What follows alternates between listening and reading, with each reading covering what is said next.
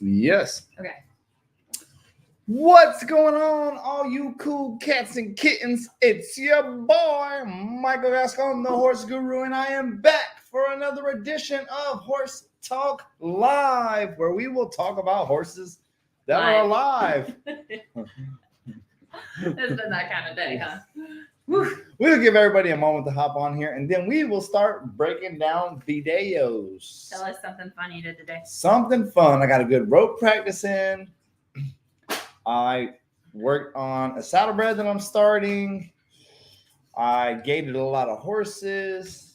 I think I gated 5 different breeds. Today? Yeah. What'd you gate? Icelandic, Paso, spotted saddle horse, a walker. I'm a walker in the group.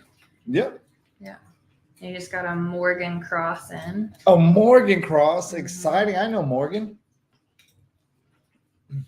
What? I know Morgan. You know Morgan? Yeah. Morgan cross. All right. Yes. Before you get started. Before we get started, did you guys know the Horse Help Challenge is back, better than ever? Look at you. I didn't even give you prompts. Where did they go to sign up for the Horse Help Challenge? The link below. No link below. Try again. Horsehelpchallenge.com. Good job. Boom. If you guys haven't got signed up, okay. Judy just made a good point. So Judy said, how do we submit our ad videos for the Horse Help Club? You just finished yours. I will make sure that there is a link. I will get with Heather and make sure that there is a link in the newsletter that goes out on Friday. So I will get that together so you guys will have that. Judy is referring to, we have a challenge going on, or contest, I guess. I got to stop using challenge so much. Contest going on that if you guys can send in your own ad video convincing people to join the Horse Help Challenge for free. You're welcome to do whatever you would like to do. It has to be under a minute or pretty close to under a minute. And you need to grab attention in the first 3 to 7 seconds. So doing something crazy, I have no restrictions whatsoever. We're going to get all of the videos together before, I had said March 1st. I think I might do a little bit later on that just to give everybody a little bit of extra time. But the winner of that, we're going to let everybody vote on it as a group. And the winner will receive a free mastermind. So they get a free day with Michael. So that'll be super cool. Thank you for the reminder on that, Judy. Let's see. Hi, fun people everybody. that are on here. Hi, Maria. What other? So Horse Help Challenge.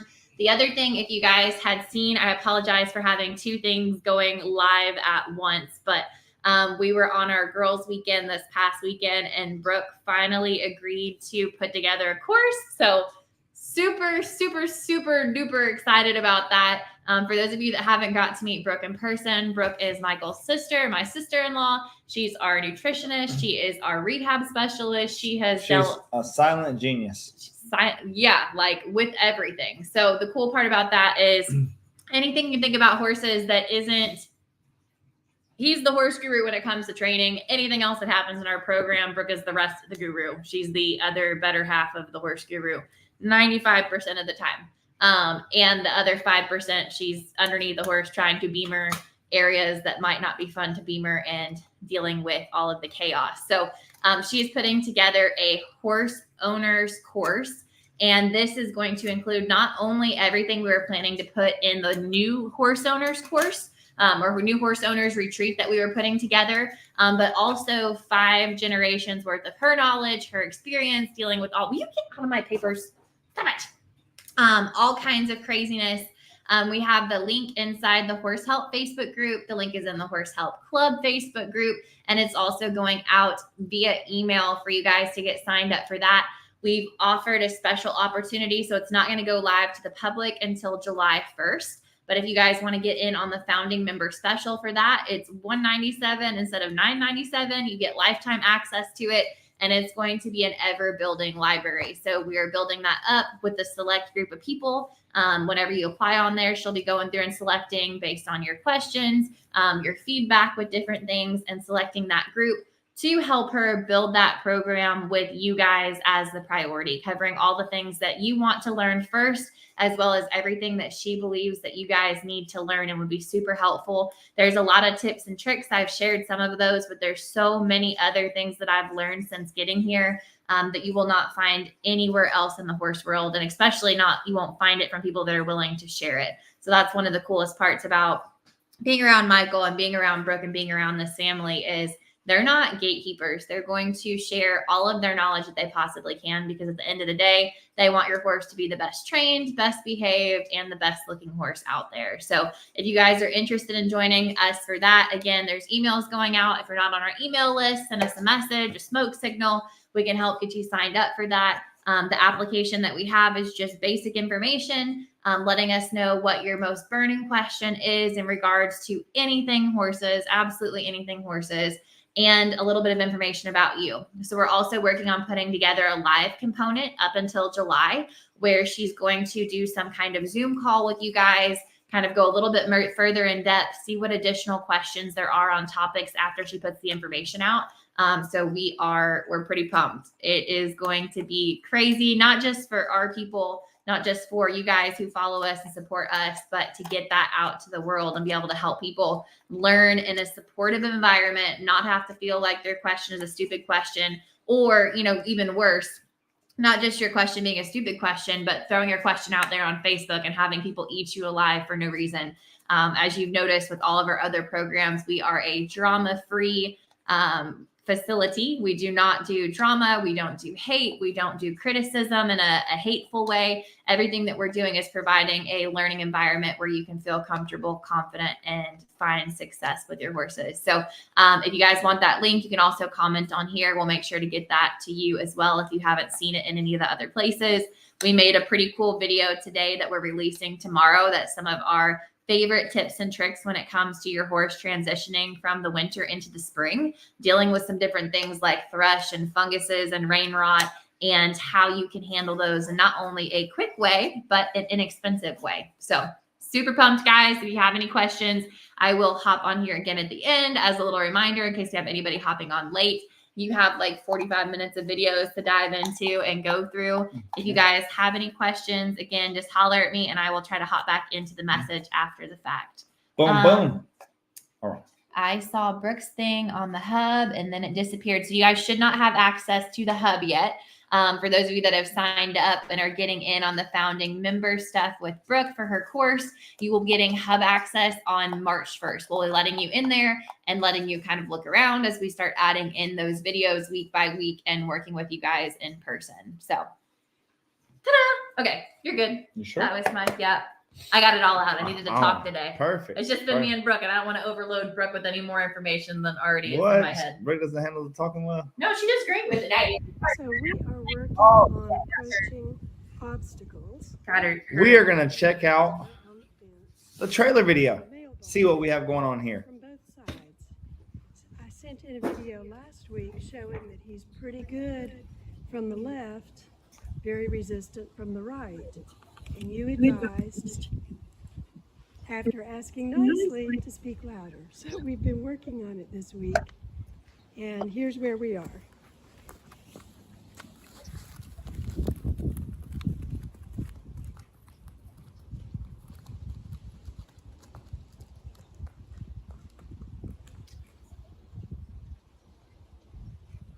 Gotcha. So it's not a trailer video. It's an obstacle video, picking things up. We were talking about in those moments of insecurity on the horse's end to redirect that attention to ourselves and be a little louder than the thing that they're afraid of. So let's see what we've got.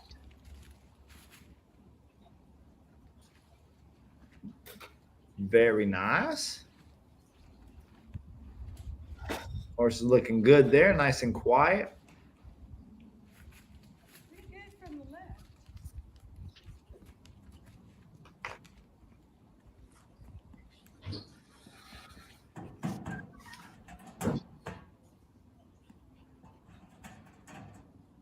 Mailbox, pretty good from the right. Very nice. Let's switch to that tarp on the other side.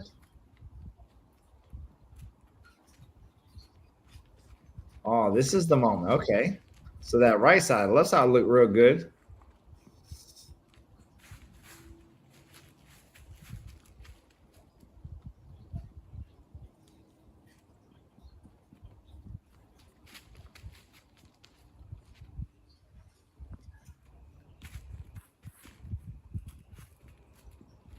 So we get into a pinch, side passing over to your right. What I would like to do is drive that horse deep into that right corner and then turn left and have it up by your side, kind of like you're doing now, and roll him back. Because rolling him back is something that we can use the manual override for. Side passing is not something we can use the manual override for.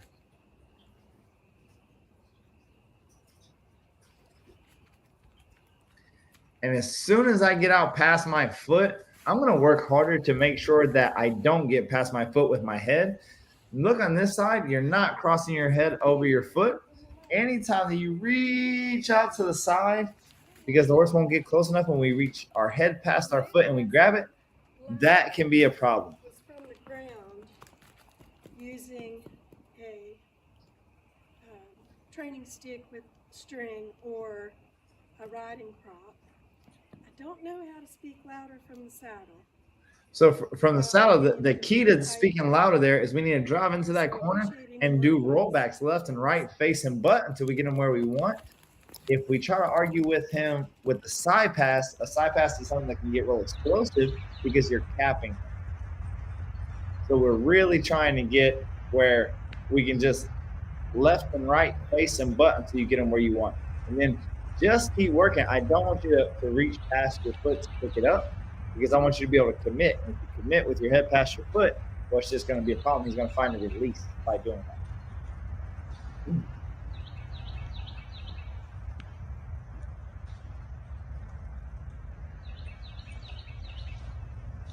So I was just working on this riding the eye with the students today. When we were working on this today, the key for that horse that gets stuck is repetition. Just touching their face to the inside, touching their face to the inside, touching their face. Just as ridiculous as I'm being right here in this chair, that's how many times I would ask. So I would let that horse go and then ask again, let that horse go and then ask again, let that horse go until that horse just got softer and easier through sheer repetition. But I'm liking that. Look how he's starting to soften and lower his head just because you're being that persistent.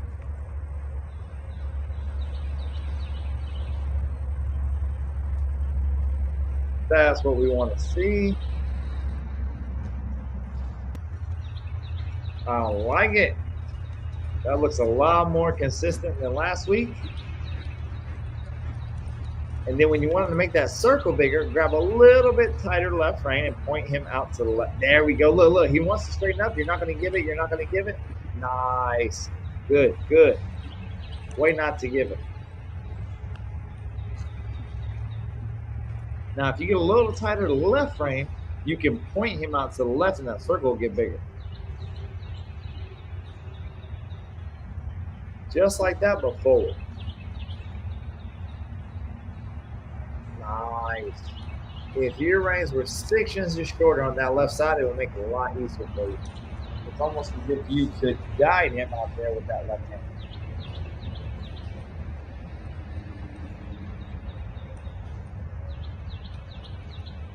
So riding that eye shows you the root of your issues and our ability to be able to hold him where we want. Whenever we change that and we get him going the way that we want, it's going to be a lot easier.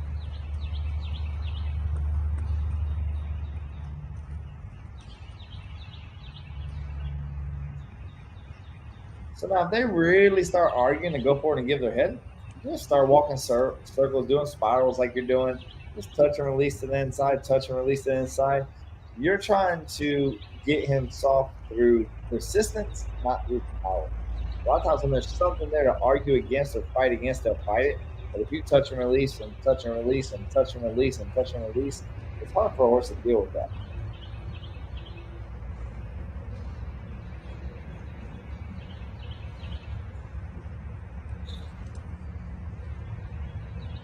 So yeah, I would go back to first grade and really get him butter soft, moving his shoulders over, and then come in the saddle and you're just trying to do it again. right there, anytime your hand touches his neck and tightens up, he should just give to that. That's going to be your first priority, more so than even going around in a circle. It's just that when you pick up that inside rein towards his neck, that he just melts towards it and melts towards it. In a session like this, I might get 200, literally 200 reps, 210 reps. Just touch and release, touch and release, touch and release.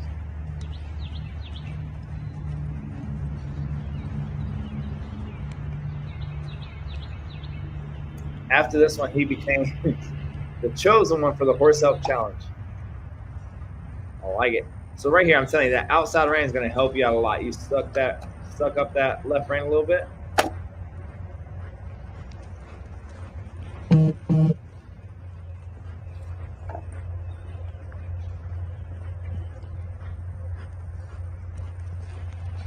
Miss Francis, you could just put your question in the comment section. Miss Lindsay looking good, nice and quiet. Nice. Since the trail ride 2 weeks ago, this is the closest thing to a walk that she can get. She's tried the spur stop, but every time she touches him with her legs, he immediately goes into a really fast gait.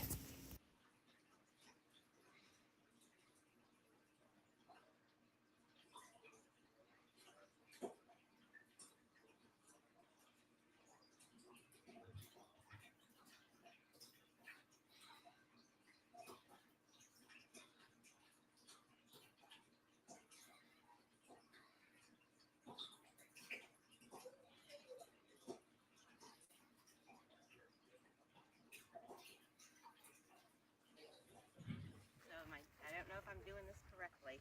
Maybe the something to try for it.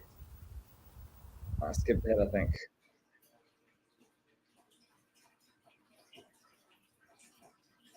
One second, guys. Immediately goes into a really fast gait. So I think for Argon here, let's trade out for a smooth snaffle, just something real soft and easy, and see if you can just butter him up and just don't even try to argue with him or fuss with him. Just see if you can get him to give his face and drag it across his chin and just be easy with it. And see if we can do that without him thinking that it's going to be a fight.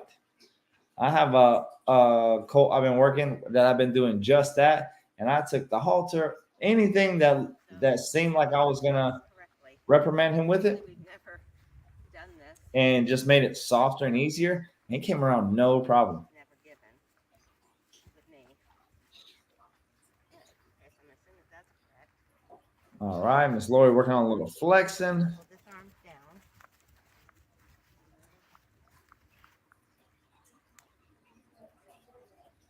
There we go. Flex one way. Flex the other. You want the Lynn Haven one? So we're trying to get at a place, especially at this level of our flexing, that we can just put that horse's face wherever we want. And that horse takes no issue to it. Doesn't look for a fight, doesn't throw their head around. That we can just pick up the rein, flex them here, flex them there. Hey. Got a little ticky going on. Looking good up in that saddle. I like you sitting upright like that. Looks good.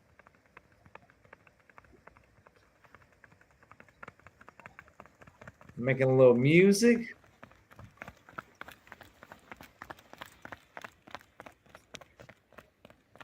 There we go. Looking a lot more controlled.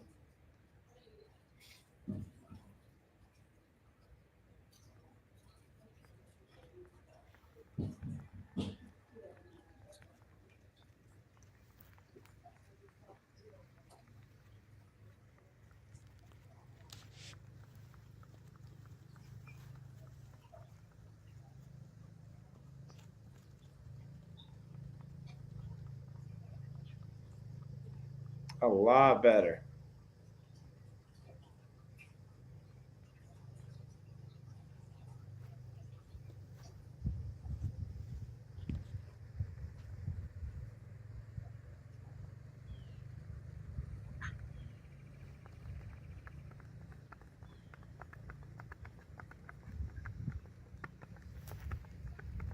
You guys look so on the same page, so much more coordinated.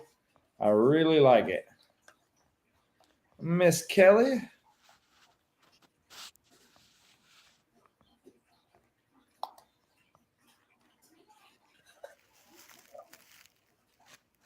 All the way from Western Wyoming. I bet it is cold there.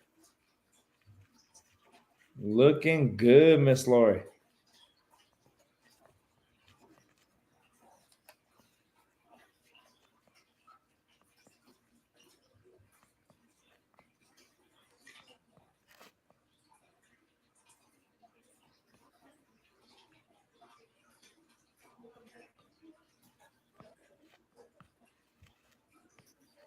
So she was just at a retreat, and we talked a lot about really putting a good backup on that horse, really asking that horse There we go. That'll to slow back down up backing backwards up the hill. 300, 400, 500 We're feet. working on gait Really makes a consistency. difference. She's doing a lot of throwing of her head and opening her mouth, so I'm thinking I need a cavison. And in the corner of the arena, she acts up, and I think I handled it correctly.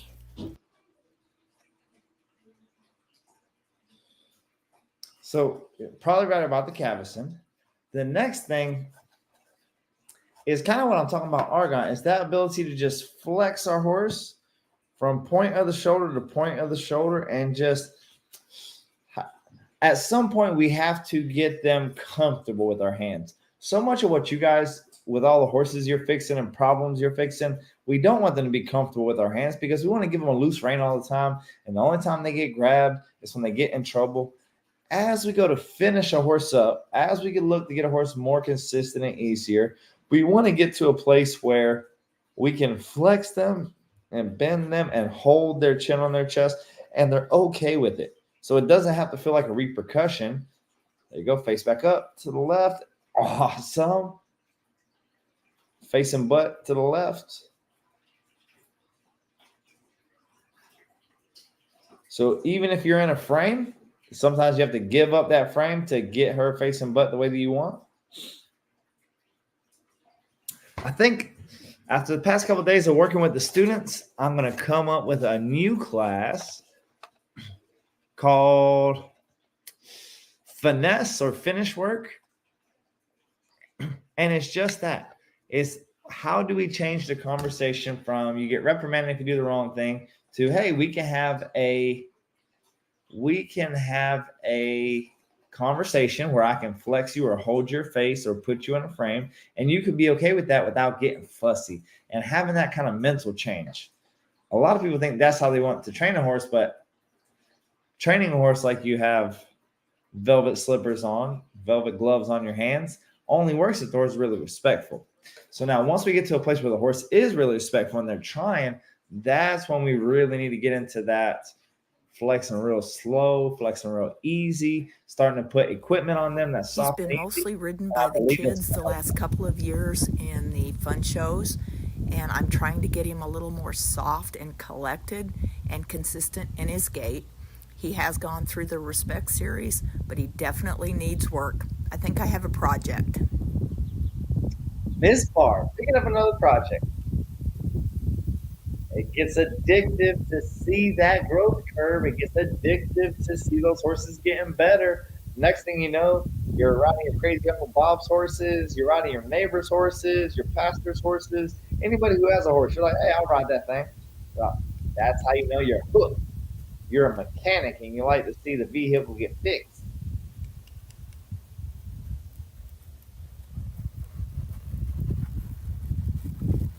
A big boy.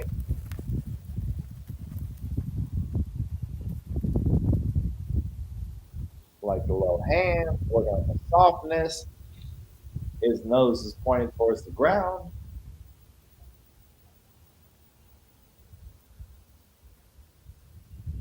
Nice, that's looking good. Love the vertical flexion there, meaning from his forehead to his nose is straight up and down.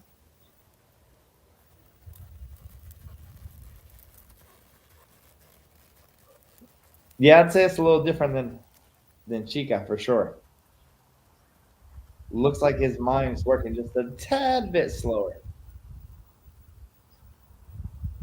But that's what makes a great horse person, is one that can just bounce from horse to horse to horse, all different changes, and adjust to it, no problem.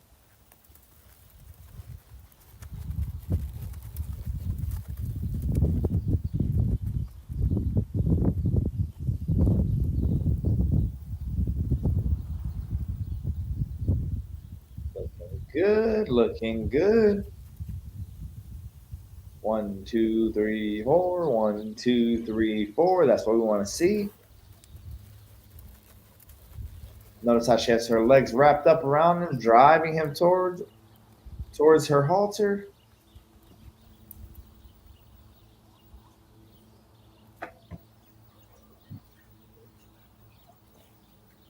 Driving him forward again. 1, 2, 3, 4. 1, 2, 3, 4.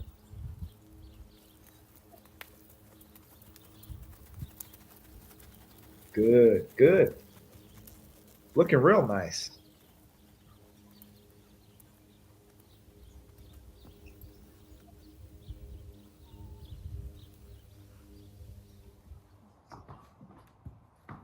All right, Miss Darla. So this is almost a 3-year-old, and I'm having trouble getting farther. Gotcha. With the, So I would probably go up with another sideways bell. You see how it's right at his hock? That's a big jump. and I've for got him. one. They did kind of come in order. I do have another video of him I submitted, and it's got 2 bales, and he sat on it, so that's why I went down Oh, one. gotcha. Okay.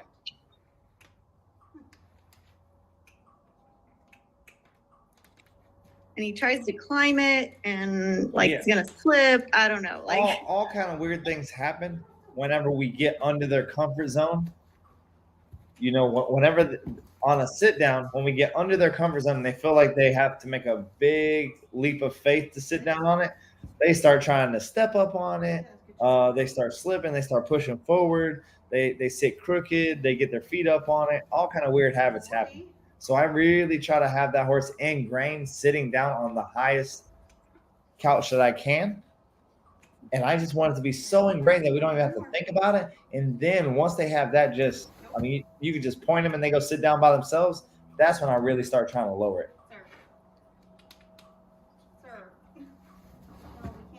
Because you see how he's feeling for it. He doesn't find anything there. The next thing, he's going to get wonky and start trying to step up on it. Or next thing you know, he'll be backed up. You'll have 2 feet up on the 2 feet. Well, this isn't him. This is another one of mine. And I had her at 2, but she's too short that she wasn't able to sit. Yes. So I don't know how to get it. Like I've got it turned on edge, but I was like, I need a half bale. Good girl, almost. You can't sit. So right And there, she got so close, but so right there, I would like to see that L in your hand. Wait a second. Where is my? Good I would like to see that girl. L in your hand, right up under their chin. If you could keep her face straight, right there, as close as she is, and then bump her upward. The way you're pulling on the lead rope makes her want to turn her head, and you need her to keep it straight. So see what I mean? See how she bent her head? Right there. If you put that L here and you keep her face straight, and then you bump her upward, she is right about to have her back feet slip. And just a couple little bumps upward with that L could really, right there. She's so close. So you want to get that muzzle and pick it up a little higher, okay. because her back feet and her front feet are so close. You don't want her to turn her head towards you. You just kind of want to bump her up and straight. Keep her spine straight, her nose to tail straight as can be. You can do it. As soon as those back feet slip, and a lot of times that happens at the same time that you push their head up, she finds it. She's so close. You're fine. Think about it. So right there, watch how when her head goes down, her butt comes up. So close. So here's the other video of him with the 2 bales, and I did that first. It just didn't come in that order. Gotcha. No worries. Same thing for him. Right in front of those knots. That's where your hand goes, and I just make an L just like that. And that keeps him from doing that, from turning. You don't want his head turning left or right, and you don't want it coming down. So I'll lock my elbow into my ribs and I'll put that L right up under them. Anytime they go downward with their head and neck, they run into, there we go, into that V of my hands, and it makes them find it. There we go. All right. So before you move on from there, and this is hold it, Carla. man. We're gonna Before you move on from there, you want to let him find that comfort. You saw when he slipped and found it right there. I would have held on his face momentarily until his nerves quit and he found that release by sitting down on it. So he touched his butt and got up. I really, the word trap is a strong word. I don't want to trap him on the hay, but I don't want to let him out of it though. When he slips and his butt finds it, I don't want it to spring up off of there. If you would have been there and just bumped him when his butt was there, just long enough for him to realize, oh, I'm stable, I'm not going anywhere, that would have made him, oh, this is not so bad. Then you shovel his mouth full of cookies, and then he's really thinking, oh, this is really not so bad. Now you got a horse that sits. And then he'll start looking for that spot. But just like in the lay down, you want him to find it. Oh, this is not so bad. Okay. And just kind of sit and relax. And oftentimes the first time that I get them to put their butt on it, they'll be there for 5 minutes, 7 minutes, 10 minutes. Like I want them to be completely flat heart rate whenever they get back up. Because and with her, there's nothing else really I can do other than push her, right? Like I can't find a way to build it up a little higher because 2 flat bales are too tall.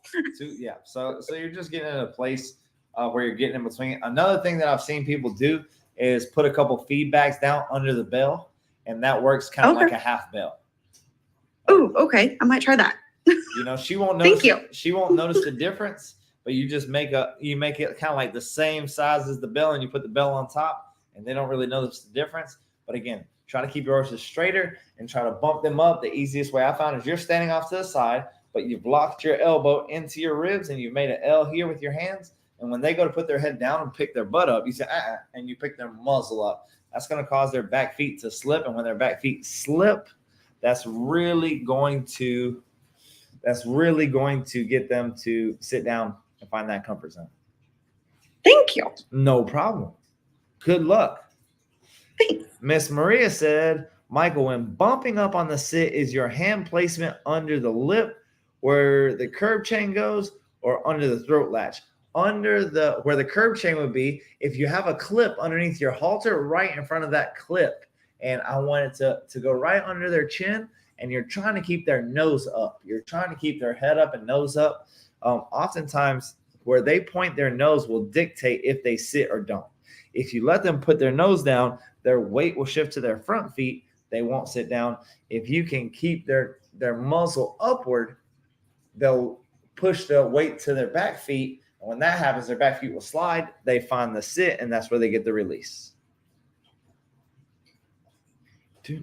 All right, let's see what Miss Diane has. do come and get me trick. The come get me trick. It's a good trick to have.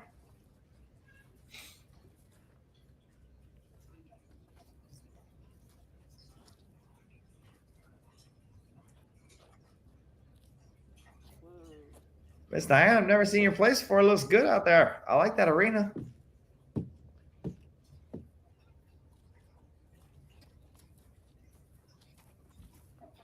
Very nice.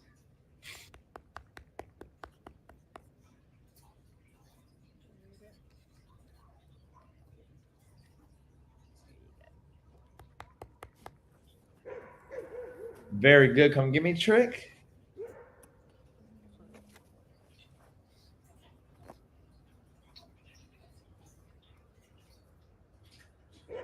Oh, now we're going to get that smile. Nice. Nice. So we get that just like that. Have a cookie in your hand. You touch their top lip. Keep your hand and the cookies above their face until you see teeth. When you see teeth, then you give them a cookie. And you want to start right in front of their mouth where they can smell the cookies. And then you want to start working further and further back where you could be on the other side of the room out of the camera and you point upward and they smile. And Stein is doing a great job of showing how to do that. Comment on how I can get him to hold that longer. You can get him to hold it longer by asking more out of him before he gets a cookie. You see how you're trying more?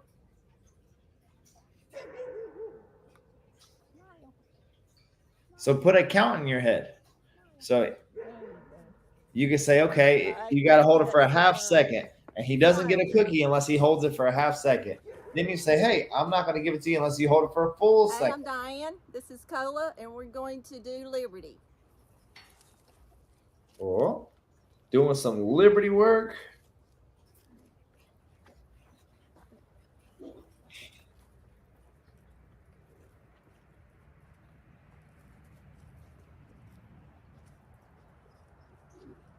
Getting our backups.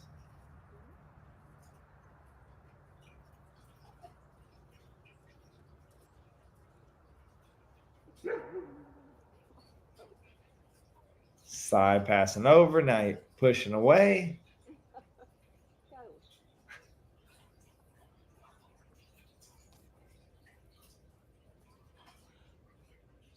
I don't know what that was. Let me start again. So whenever you have good Liberty on a horse and you have a bunch of different buttons, just like in the saddle, you start putting a lot of buttons with your legs. Sometimes you'll be asking the horse to go forward, they'll go backwards, and you just got to see it through. So in that scenario, the horse starts side passing to you and you don't mean for it to. Just be persistent. Don't let the whips quit until you get the answer you're looking for. She does a great job of redirecting. Notice how her whips and the horse's body parallel each other, because those whips represent the horse's body.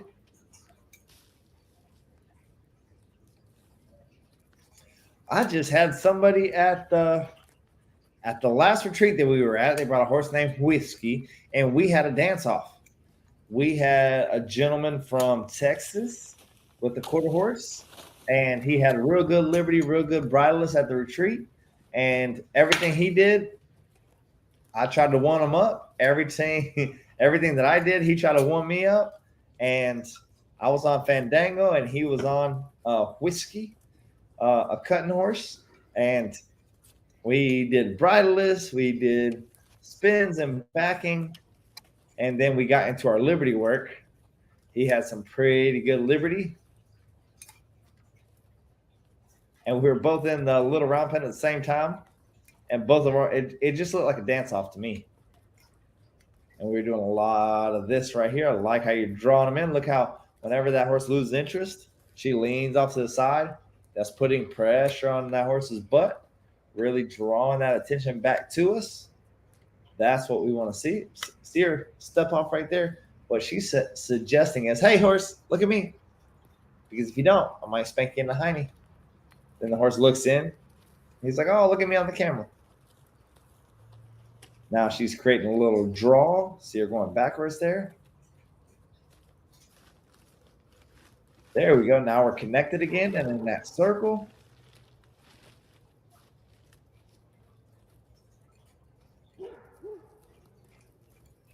Very nice. Pretty circle. I like that horse's jog.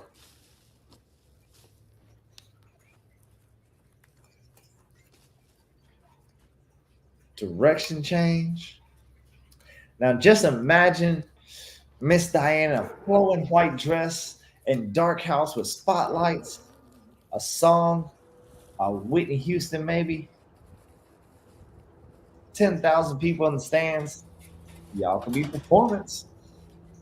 Do a performance at a night show.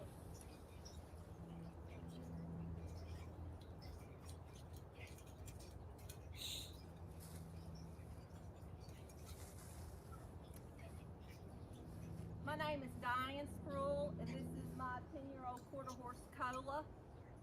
We're going to be doing preschool. This is my first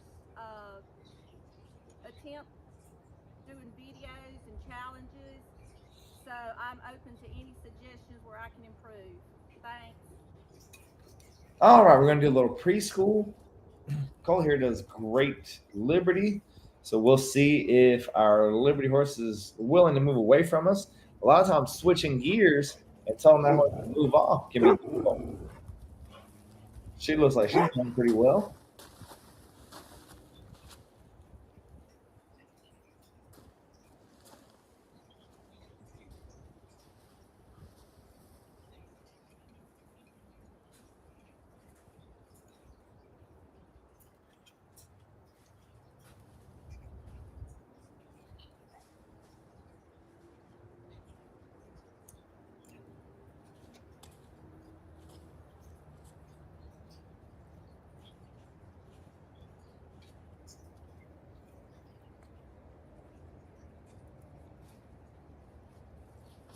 Very nice. Good change of directions.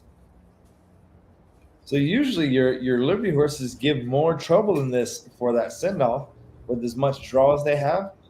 But this guy's doing very nice.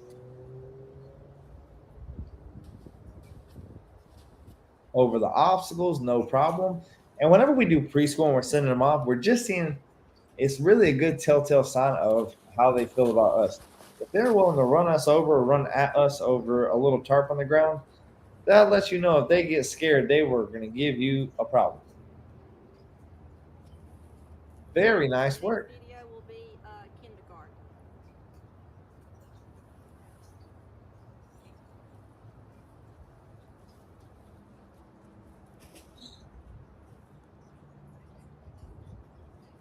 So it's really, whenever we get horses in, it tells us how domesticated they are doing preschool. For BLM feral Mustangs, you need 6, 7, 8-foot fences because if you are around them, they are trying to get out of the other side of the round pen. So what preschool does for it, you say, oh, my horse can do that. Why would I do that? Well, because we want to know where they're at. It takes a very domesticated horse to get trapped by a tarp and would rather run you over because you're a human being and you're normal than the tarp that is a few millimeters thick and a foot wide or 2 foot wide. Any horse can jump over that. So if they're willing to run you over because of it, it lets you know how they feel about people. So it's a great indicator. Now she is absolutely acing this kindergarten. That's the type of respect and undivided attention that we are looking for. Well, psyched your horse out.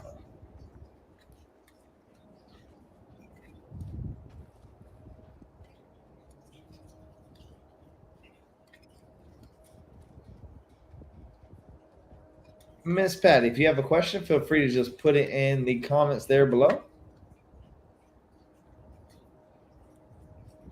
Very good job. Very good job, Miss Diane.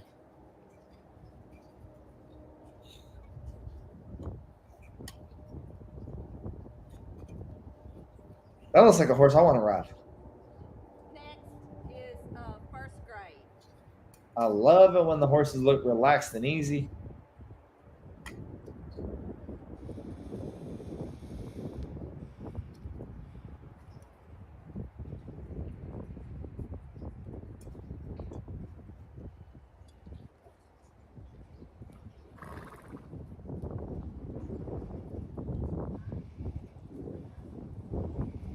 Now we're moving that butt. Look at those back feet cross over. Really nice. From there, we're going to move those shoulders over. Those front feet cross over. Very nice. Look, whatever she's trying to move over, that's where her belly button and her feet are pointing. That's what we want to see. I should be able to look at you and your horse from across the arena and know what you're asking of your horse. You wouldn't believe so many times I do not. And then the horse does not know what we're asking. If we don't know what we're asking, the horse doesn't know what we're asking, then we get upset. Doesn't ask. Look at when Miss Diane here is asking her horse to move different body parts. Look at where her belly button is pointing. Look at where her feet are pointing. She has enough respect out of her horse to try. Very nice. You're gonna make them fall off. They're not heavy duty. Repetition is key. Absolutely. So many times I'm trying to explain to folks that we are not trying to win over with power. We're trying to win over with persistence. We're not trying to force the horse. We're trying to use our friction. Just that repetition over and over, and have that horse looking for our softness, looking for that quietness. And we want to get quiet and we want to get soft immediately when they do the thing in which we are asking.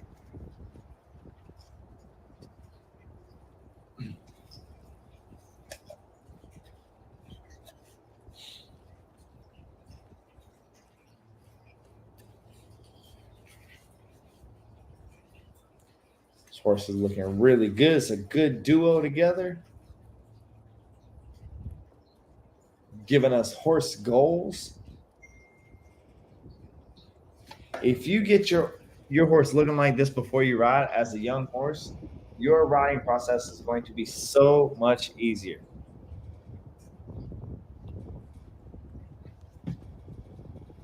Very nice.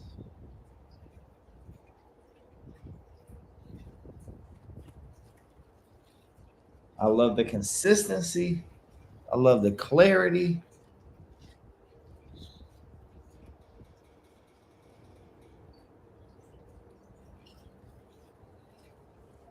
Got a lot of YouTubers on tonight. We have YouTubers. Yeah. And what are they asking? Oh, they're just giving commentary. I'm just not used to seeing so many comments from YouTube, so that's super cool. We have new comments. Miss Patty says, I do have questions about movement. Ask us. Repetition is key.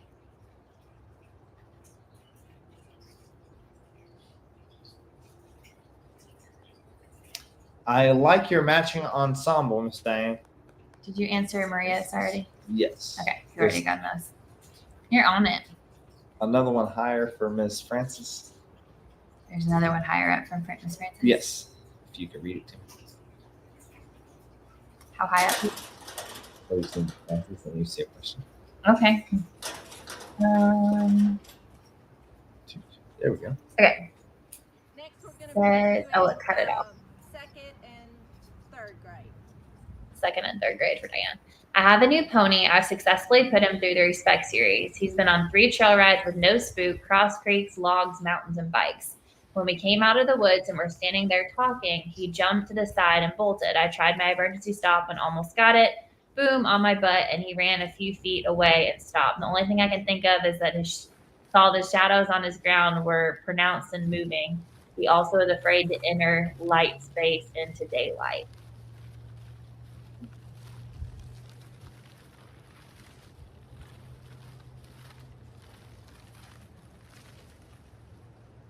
So with that, just making sure that you do as much as you can to set them off and put them in positions.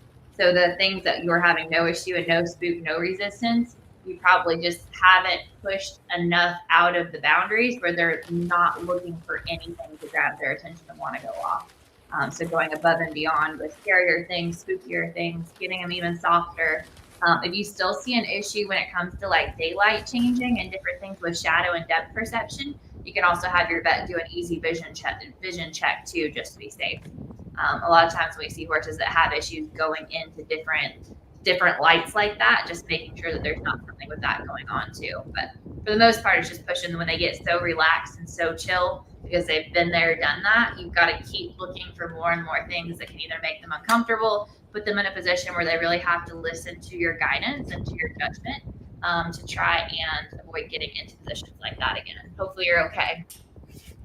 Yes, we hope you speedy recovery on that discomfort. That is no fun. We've all been there where we didn't expect it, didn't see it coming, and it happens. So yeah, just make sure whenever you're trying to set these horses off and make them uncomfortable, it's not about the tarps, it's not about the flag stick, it's not about the lead ropes.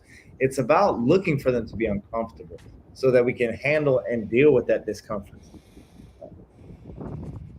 If I tell you the truth, if a horse comes to me for training and I go the first time or the second time to the obstacle course and they don't react, I don't go to the obstacle course anymore. I go places I'm looking for issue. I go down by the dog kennel. I go some of them by the trailers. I go by the horse trailers and ride in between them. I go to the pond. I keep looking to change it up. I go by the steers.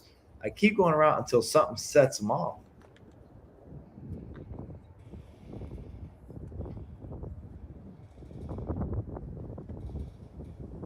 All right, honey, you can read this one. So this is going to be, I believe, Michelle. I don't know if she's still on. Did you still have Zoom hooked up? I think so. Did you disconnect Zoom? I don't know if she's still Miss on. Diane is out here kicking butt, by the way. This is picture perfect, by the way. For all of those of you who are watching and admiring this, this is what we want to see. This is passing. I mean, just have no issues. You want to get to a place where you know beyond knowing that horse is going to accept it, and that's exactly what we're looking for. Okay. So the other day I took Raptor through the grades and there was a tarp on the ground near us when I did lunging for respect. He moved his shoulder into me, so I got after him and he finally went past it after a few minutes without moving towards me. Since then, when I lunged for respect, he was very anxious and isn't going at a rate as slow. Hold on, it moved up. Since when I lunge for respect, he is very anxious and isn't going at a slow, relaxed pace. I still give him the release when he passes. Do I stick with it through multiple sessions of course until his anxiety levels come back down? Yes. So one big thing to remember, I'll help you since you've been Oh, talking for thank 45 you. minutes, is try and ask for better and better grade levels out of that by getting him to drop his head. So if you've got him where he's still up and anxious and his head's up super high, keeping that arm locked down in front of you and locked down in first grade and bumping his face into the inside to try and call his head downwards. Another thing you can do too is you can just get him super comfortable when you had to get after him, and you might have had to do that with the lead rope. If you can go in and watch some of the videos where Michael's used a crop and had that with him, if he has a horse that's a little bit pushy, asking them to really drop their head in first grade and doing a lot of square dancing where you're getting him where you can move that shoulder off of you by just putting his face in between you and him and you and his shoulder versus having to get after him when he goes to push into you. If you've gotten him so soft that you can just put his head between you and his shoulder because he already knows how to give to that pressure, that'll help you start getting that calmness back without him thinking that you're going to get after him for wanting to push into you. And another thing to think about too, if they got very comfortable in the bubble in that circle and they can kind of go at a higher rate of speed, dropping their head absolutely gets them quieter. Another thing that takes wind out of their sail is move their shoulders over, move their butt over, move their shoulders over, move their butt over. All that sideways, one and then the other really takes wind out of their sail as well. You put those couple things together really without adding any extra energy yourself, and that's a recipe to just, completely take the wind out of a horse's sail. Look at Miss Diane here with Super Horse. Without a live audience, I can't hear their laughs. My funny jokes. Do you think he'll occasionally give you like a LOL or a, you're very welcome. And you can always send us a video in too. It's always fun to see Raptor. We were just having a conversation through email. I need to hop on. I don't get notifications on Facebook anymore because there's so many different parts and pieces that look, there's a haha. See? I see that. Yeah. Funny. Look here. Funny. Here, does this make you feel better? Oh my gosh. Yes. Ha ha ha ha ha. I'm funny. You're funny. What can I say? I don't get notifications on Facebook anymore, so I need to go in there and see if I missed anything. Notifications we have coming in, questions we have coming in. If for some reason you guys post something on Facebook and you haven't heard from me or Michael directly, shoot us an email and I can get that to the top of my attention so I see it. It's really hard with social for me to catch everything. But we were just talking with Raptor. So Raptor is a Pasofino stud colt. And as of right now, they have to keep him a stallion per arrangements that they have. And he's gotten a little bit nippy. And so they had a question in regards to how do you correct that behavior and have it not turn into something, progress into more things. Because the bad part about baby horses, a lot of times, not just stud colts, is they're very mouthy. And when do you draw the line on that mouthy behavior versus them starting to threaten and make that more of a biting behavior instead of just kind of playing with their lips, which you think is cute when they're little?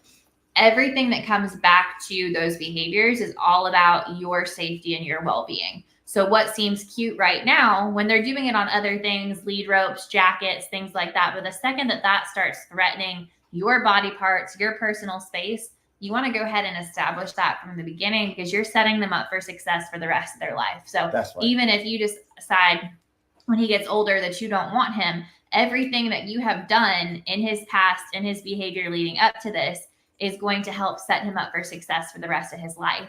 And people get real nervous about horses that are biting because people will say, oh, well, don't get after them, don't swat them, do what it is. When another horse bites another horse, they are going to kick that horse or bite that horse back.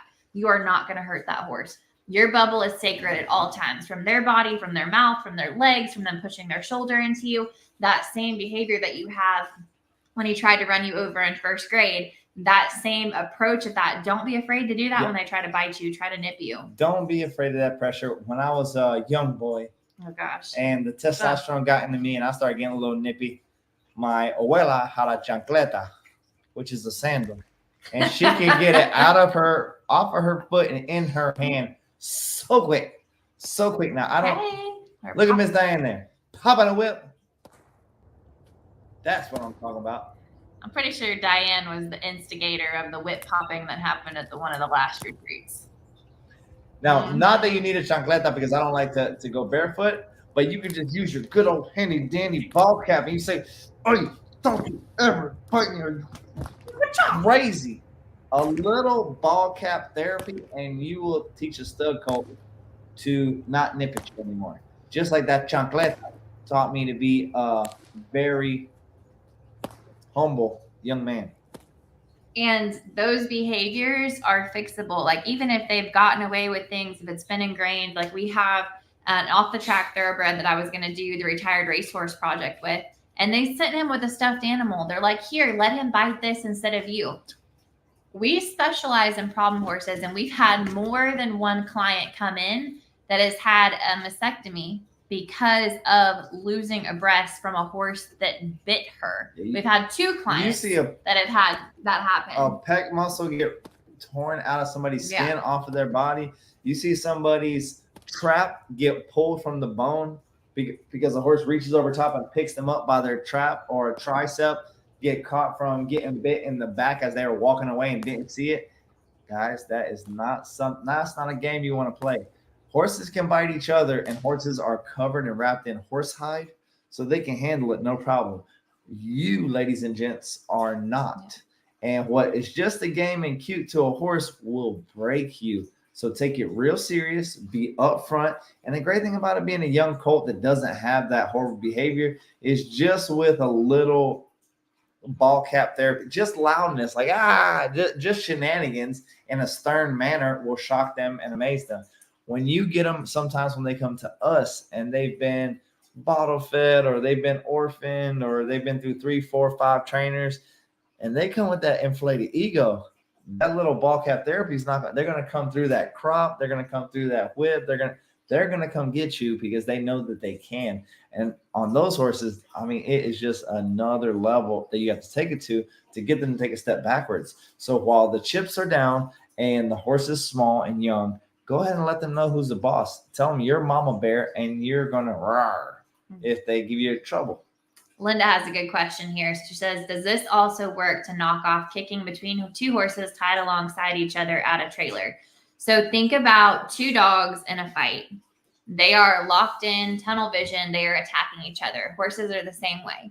If they've decided that they're going to get after another horse, you do not want to get between them. Obviously, you don't want them to hurt each other. You don't want to run anything, have anything happen between the 2 of them. In that situation, we always try to keep either in the back of our trailer, if we're ever anywhere and we have to help somebody with something, we try to keep a lunge whip if we need one for any reason, to have it in there, and to have a rope if we need a butt rope for a horse that has an issue getting into a trailer, to be able to help them through that process. But keeping one of those near your trailer, especially if you have 2 horses that like to kick at each other or do something like that, if you get caught in between them, it is not safe for you at all. They're used to kicking each other outside. They're used to, when you introduce a new horse into the pasture and one horse is chased after another and they get back and start double barrel kicking each other, they are designed to take those blows if something happened. You are not. So if you can safely from a distance, you use a crop or a whip to intervene, make them step apart from each other and not get kicked in the process, that's fine. But do not get in the middle of 2 horses like that. It's just not worth it. Or they can absorb it, and you can't. And that's just the bottom line.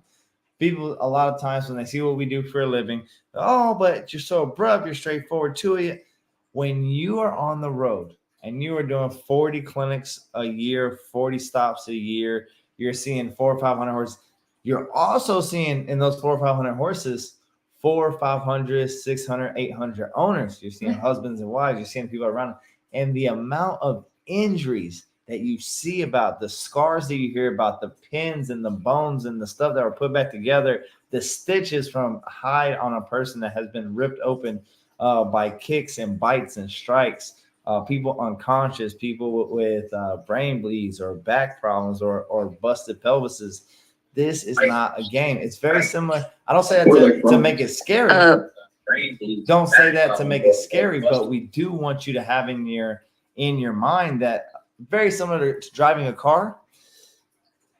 Driving a car is not something to be afraid of, but in the same place, you should respect it because your whole life can change in an instant.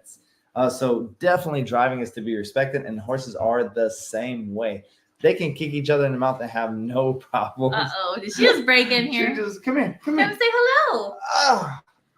What's that? Say what is hello. that? Can you say hi? What's that? What's what?